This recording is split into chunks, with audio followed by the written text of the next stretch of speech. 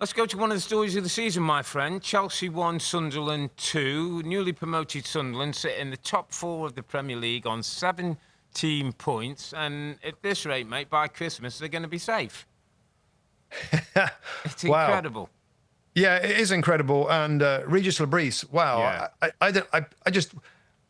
This has taken me by surprise, mate. I know.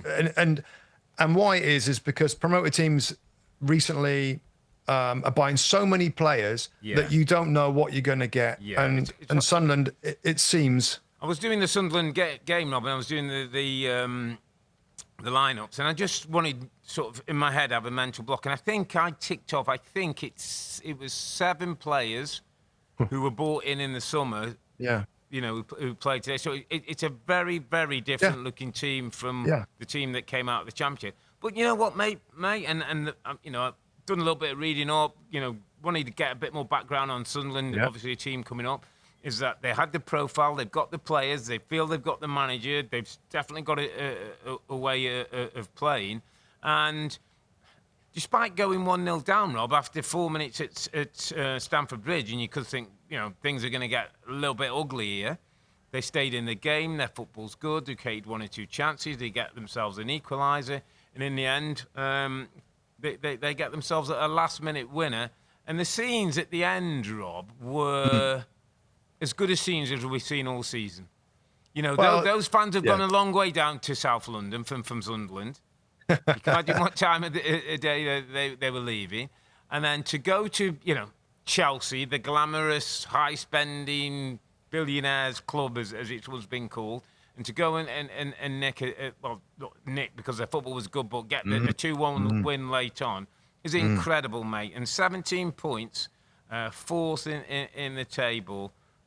Wow, they've had an unbelievable start that must give them a chance of staying in the league. Yeah, they got a great chance now, Rob. They got 5 wins. They sort of say 10 wins and you're almost there. They got so many more games to get those wins. And it wasn't a smash and grab, Rob. No, it wasn't. My early note of Sunderland was, wow, how positive were they? They can play, mate. Yeah. They can play, and they you can see how confident they are right now. The support's there. I always talk about it every year about the euphoria promotion. Yeah. You're on a high from being in the top flight again. Yeah. They started off great, and that continues. Yeah. The away support, the team and the fans, Rob, are very connected at the moment. You know, they're both they're feeding off each other. Again, there's so many new players in there. It's really hard for people like us to try and predict what they're going to do. Yeah. Wow, powerful, physical, quick to counter attack, strong at set pieces. I mean, I think Wilson Isidor was a threat throughout the game. I think they got a goal from a set piece, didn't they? I made my note. There's so many set pieces. Isidor from the throw that came in and was flicked on and they react. I tell you what as well, Rob, tactically, and again, I've kind of, for some reason, Sunderland's become my new best friend, so I've been, you know, looking around them. They got this centre-half, Dan Ballard, who Mark Gooey started up front and Pedro was behind him. Ballard bullied Gooey, wouldn't allow him to get hold, so Chelsea couldn't build up through the front lines that they like to and get the midfield players in. And another thing that he did really smartly, Rob, and only because I've had some in a couple of weeks that I picked up. So Trey Hume's normally a left back. He played him on the right side of outside of Mukiele, who was a defensive player, and he basically said every time Cucurella comes into midfield, you pick him up. And he nullified the effect, because you know how Chelsea either like to get whether it's Gusto or Jake or one of them in. He was ready. They had a game plan for it. And when he went back to left back, he played on the right hand side. And every time Cucurella came in, he did a job on it. And I'm looking at this Regis Lebris. I'm saying this is a smart cookie, mate. He's got things lined up. And I also think, Rob, one of the biggest things you've talked about promoted teams and playing at home and the euphoria of winning. One of the biggest things you have to have is a goal scorer. Now, many teams, and there's a list as long as your arm of championship strikers who come in the Premier League and just can't get the numbers. Just can't quite make that step up. The game's quicker, the defenders are better, chances are harder, all that. Sunderland have a young man called Wilson Isidor, my friend, who got club by 13 Premier League goals, including the playoffs, which they came up last season. I think that's his fifth or sixth now. I think he's on 5 or 6 this season with the goal he scores, which reacts really well from the long ball. He's talented. He looks like he's got a bit about him. I saw his interview after the game. It was him and Talby had, the nice bit of banter about them and sitting so high in the table like they can't quite believe it. But, it's so easy sometimes to go, right, I've got to go and find a centre forward who's going to score me goals in the Premier League and go and try and take Callum Wilson or go and try and take, I don't know, Jamie Vardy.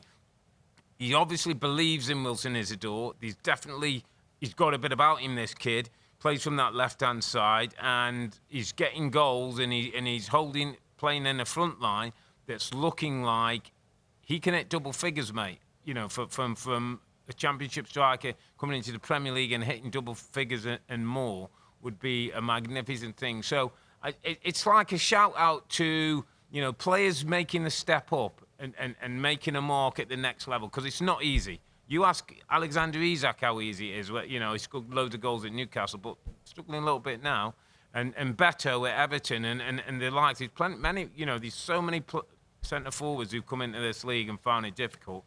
Sunderland have got one who knows his way around an 18-yard box, and he looks like he could be one of them. And Ollie Watkins type, and Ivan Toney type, go on to the next level. That's a lot of kind words for Wilson Isidor. Because I think Rob, he's one of those who there's more to come. He's a decent footballer as well. There's more to come. He's not just a goal scorer.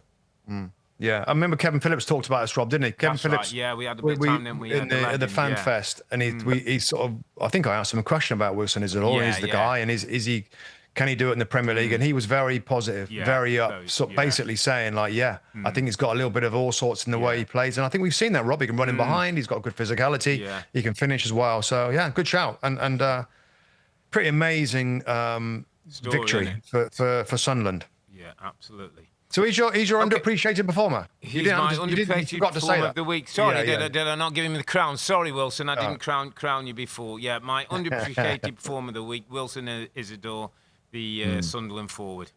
Hi there, I'm Rebecca Lowe, studio host of NBC's coverage of the Premier League. Don't forget to hit subscribe to watch more videos all season long. And for even more Premier League content, from original series to live matches, head over to Peacock.